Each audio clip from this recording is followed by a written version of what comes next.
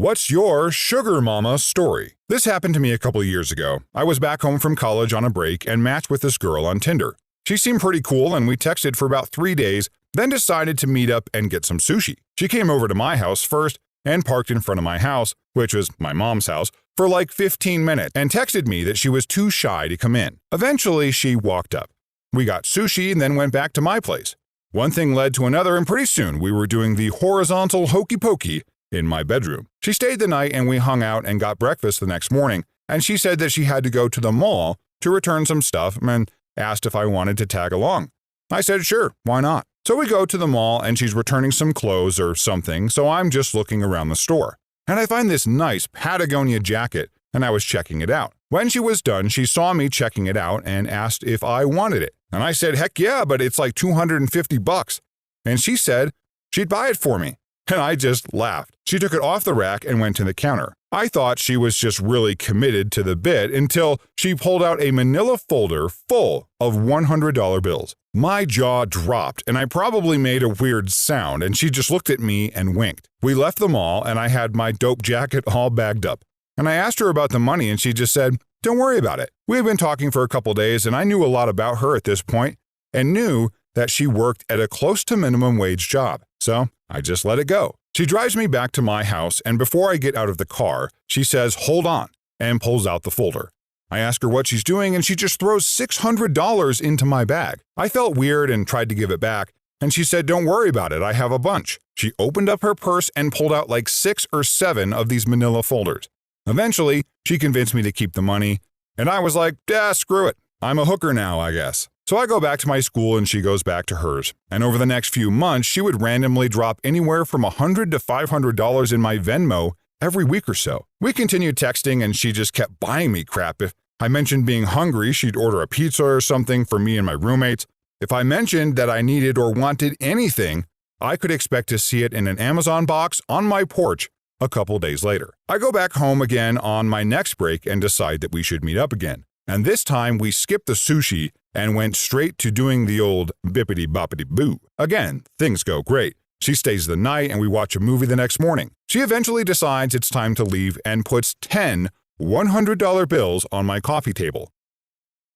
Now at this point I know she won't take no for an answer, so I just take the loot and say thanks. She drives off and waves bye to me. Everything seems normal. A few hours pass and I go to text her, but it doesn't go through. That's weird, but whatever. And more time passes, but my text still won't go through. I tried to message her on Snapchat, and it looks like she deleted me or blocked me or something. Turns out she blocked me on every form of social media. So I'm pretty confused, and I just play it cool and try not to be a weirdo and call her a bunch or anything like that. So break ends and I go back to school again, and I still haven't heard a word from this chick. Then at 2 a.m. one night, I get a call from a blocked number. Shocker, it's her. I asked her what the heck's going on and she just shushed me. She was whispering, but not sexy whispering. She sounded super serious and a little scared even. She just told me that I can't tell anyone about our interaction together, not her name or anything.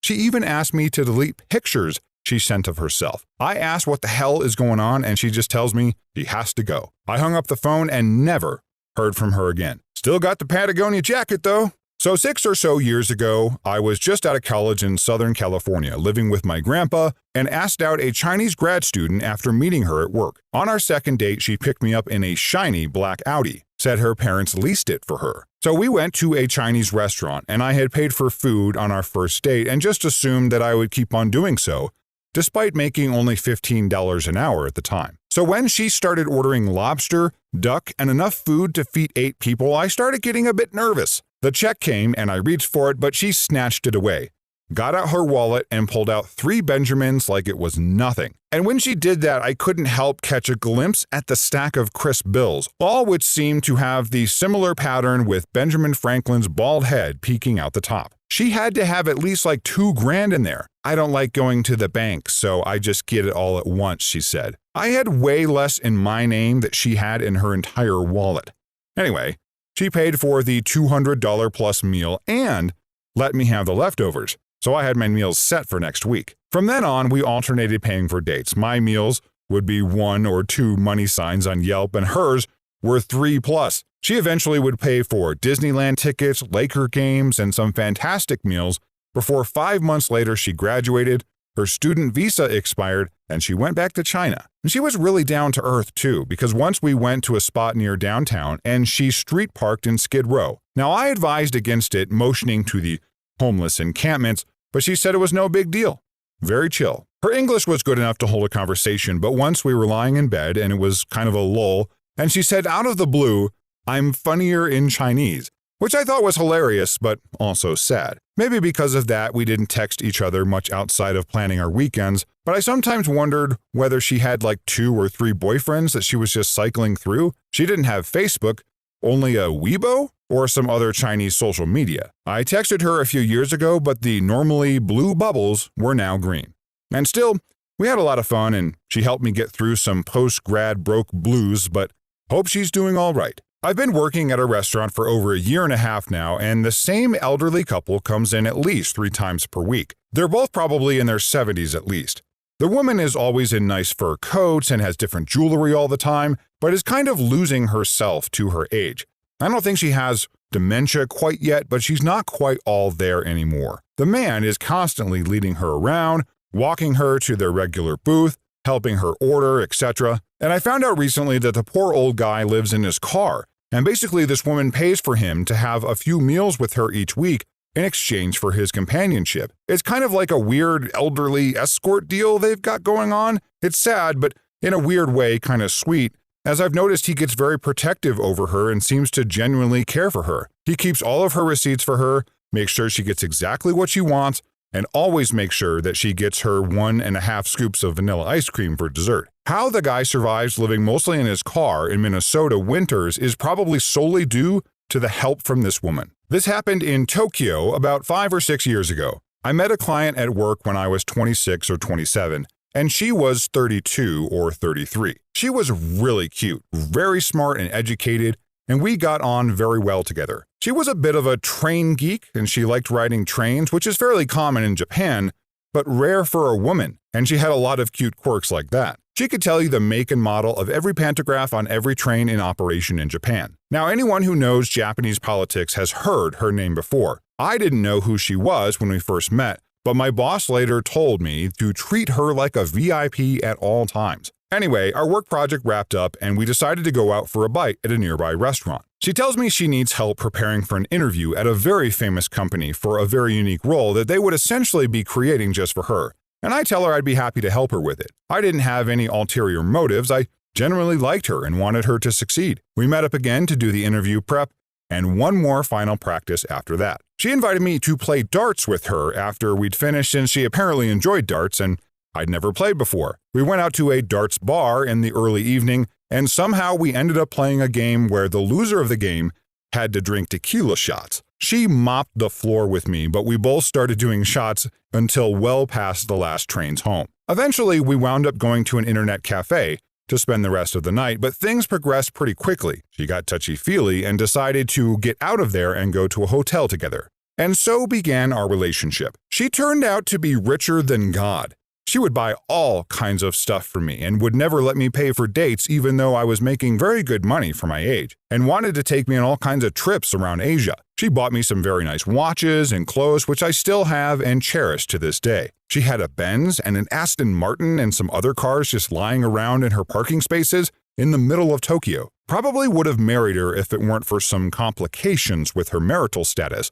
I found out about that after a few weeks of dating. It was a bit of a tragedy, really, and it turned out that she was in a terrible, loveless marriage and had a young child. I found out about that way after we'd already been going out for a while, and at first it made me uncomfortable to be in that situation, but I started to understand that she was trapped in it, and due to societal pressure, she had no real way of divorcing. Neither of them wanted to continue their marriage, and both of them were seeing other people, but due to the very high profile in the Japanese media, a divorce was out of the question. We ended up breaking up when we realized having a kid together would cause irreversible damage to her political career, and a divorce to marry a white guy would be the end of her professionally. That really sucked, but that was the truth, and she was the best girlfriend I've ever had. In my early 20s, I met an older woman around her mid-40s in a bar.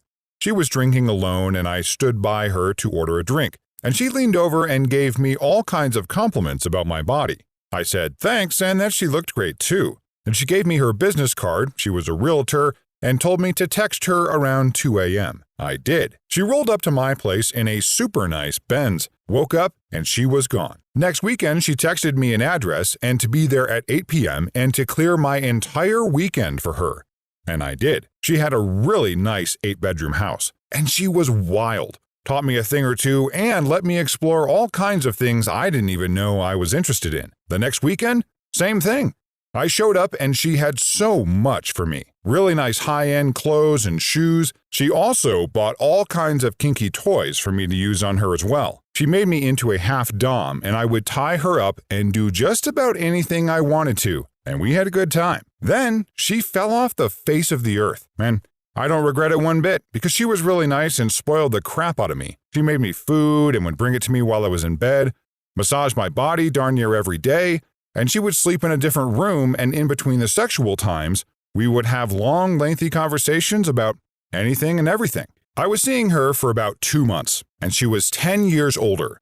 We worked together and there's always been those certain looks throughout the year, and she was going through a divorce with a well-to-do architect, and we previously bonded over depressive situations that we were going through. It wasn't until I handed my resignation in and told the staff that it did kick off. She said we should go get a drink one night, and then nothing happened. Then she invited me around to her place. She had 3 awesome kids, anything I wanted booze-wise, food, great cooked meals, and drinks. Well, and she was in very good shape, and we absolutely bonded very well in the bedroom, too.